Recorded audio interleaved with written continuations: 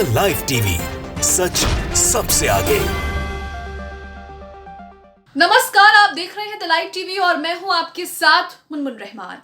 Hamas Israel जंग के बीच Iran ने ब्रिटेन को बुरी तरह से हड़का दिया है।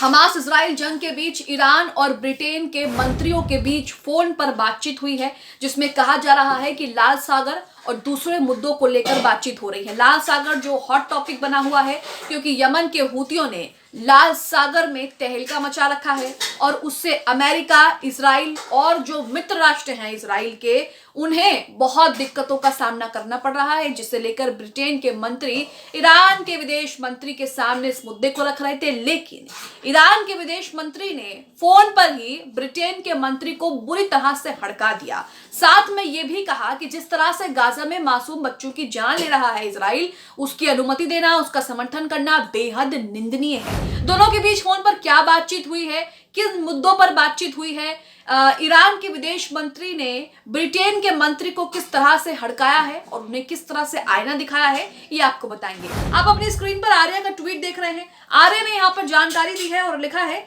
ईरान और यूके के विदेश मंत्रियों ने लाल सागर सहित क्षेत्रीय विकास पर फोन पर बातचीत की है। ईरानी विदेश मंत्री ने कहा है कि ईरान इजराइल के किसी भी दुस्साहस और आक्रामकता का कड़ा जवाब देगा।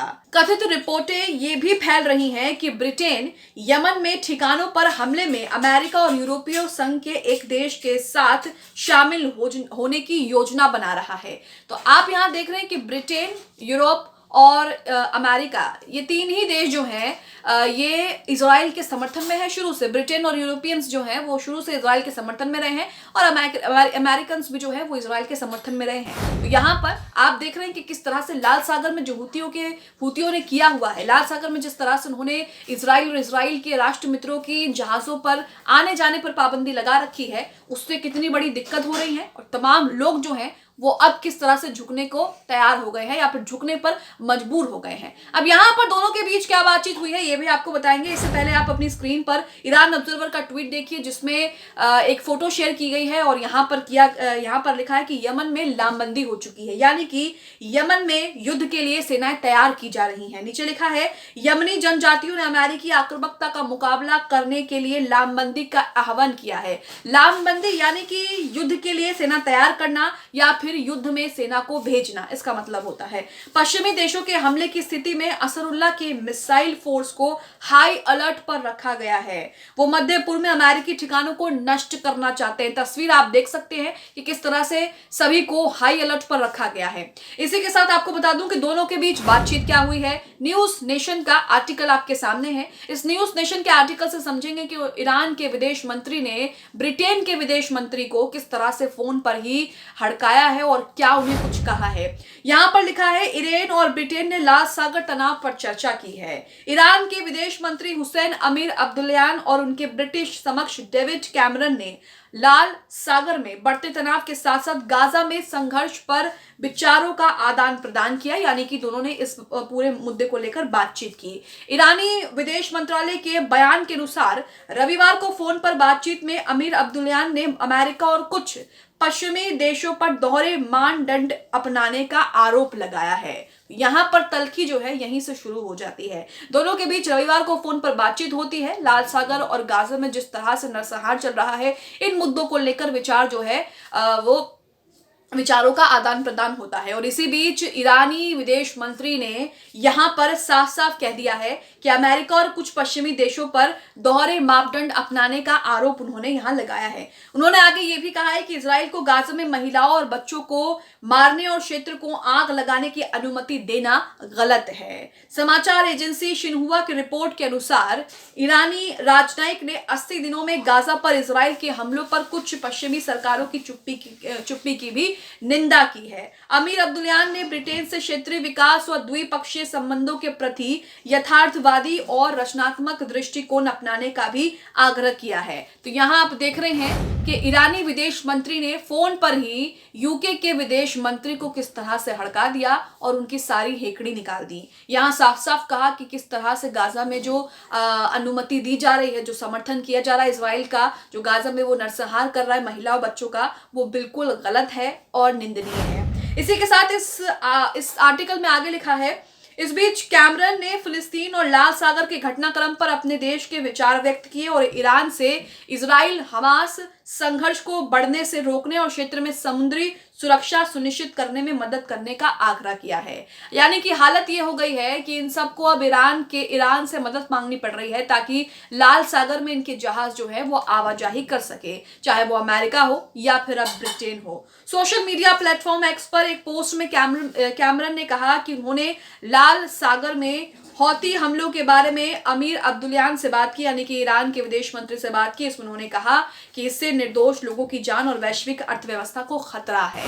जाहिर सी बात है, लाल सागर में हौतियों ने जो है वो एक कसम खा रखी है कि जब तक गाजा में इजराइल बमबारी बंद नहीं करेगा तब तक वो लाल सागर में इजराइल और इजराइल के मित्र राष्ट्रों के जो जहाज की आवाजाही है उसे पूरी तरह से बाध्य कर देगा, पूरी तरह से जो है उस पर प्रतिबंध लगा देगा, बैन लगा देगा, जो कि उसने किया भी है।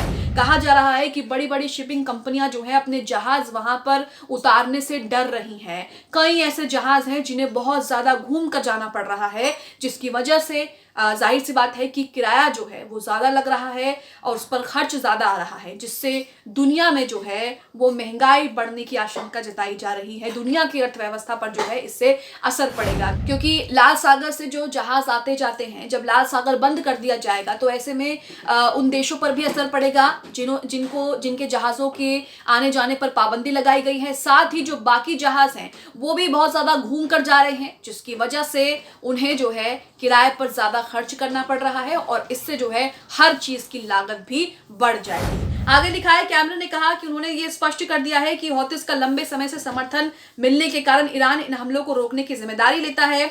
यमन स्थित हौती समूह ने हाल के हफ्तों में लाल सागर में वाणिज्यिक जहाजों पर कई हमले की जिम्मेदारी ली है और कहा है कि वो फिलिस्तीनी लोगों के साथ एकजुटता में है। यमन यहाँ पर लगातार फिलिस्तीनियों का समर्थन कर रहा है और साफ कह रहा है कि जब तक तुम गाजा में बमबारी बंद नहीं करोगे तब तक हम लाल सागर में तुम लोगों पर हमले बंद नहीं करेंगे। लगातार हमले भी किए गए हैं। कहा जाता है कि यमन ने कई इजरायली जहाजों को कब्जे में ले लिया है। अमेरिका और ब्रिटिश अधिकारियों ने ईरान पर हमलों के पीछे होने का आरोप लगाया, जिसे ईरान ने दृढ़ता से खारिज कर दिया है। तो यहाँ आप देख रहे हैं कि ईरान के विदेश मंत्री और ब्रिटेन के विदेश मंत्री के बीच फोन पर बातचीत होती है। इस बातचीत में क्या क्या बातें कहीं किसकी तरफ से क्या कुछ कहा गया, ये सभी हमने आपको बताया। लेकिन यहाँ पर देखने की बात यह है कि लाल सागर में यमन ने जिस तरह से सबकी नाक में दम कर रखा है, इजरायली और इजरायली के जो मित्र राष्ट्र हैं उनकी नाक में दम कर रखा है, उससे कहीं ना कहीं जो है वो दुनिया में एक बड़ी हलचल पैदा हो सकती है। लाल सागर पर जिस तरह से लगातार जहाज़ों पर हमले हो रहे हैं, लगातार जहाज़ों पर बम गिराए जा रहे हैं, इससे भी कहीं ना कहीं अमेरिका और अमेरिका के जो मित्र राष्ट्र हैं, इजराइल, ब्रिटेन, यूरोप जैसे देश हैं, वो भी चिंतित हैं। यही वजह है कि अब ईरान से उनको मदद मांगनी पड़ रही है ताकि लाल सागर में उनका कारोबार ठप ना हो। अब आप इस खबर को लेकर क्या सोचते हैं? जिस तरह से इजराइल और इजराइल के मित्र राष्ट्रों के जहाजों के आवाजाही पर यमन ने लाल सागर में पाबंदी लगा रखी है और जिस तरह से लगातार इजराइल गाजा पर बमबारी कर रहा है, आप इस युद्ध को लेकर क्या सोचते हैं? हमें कमेंट बॉक्स में अपनी राय जरूर दें। द लाइव टीवी, सच सबसे आगे।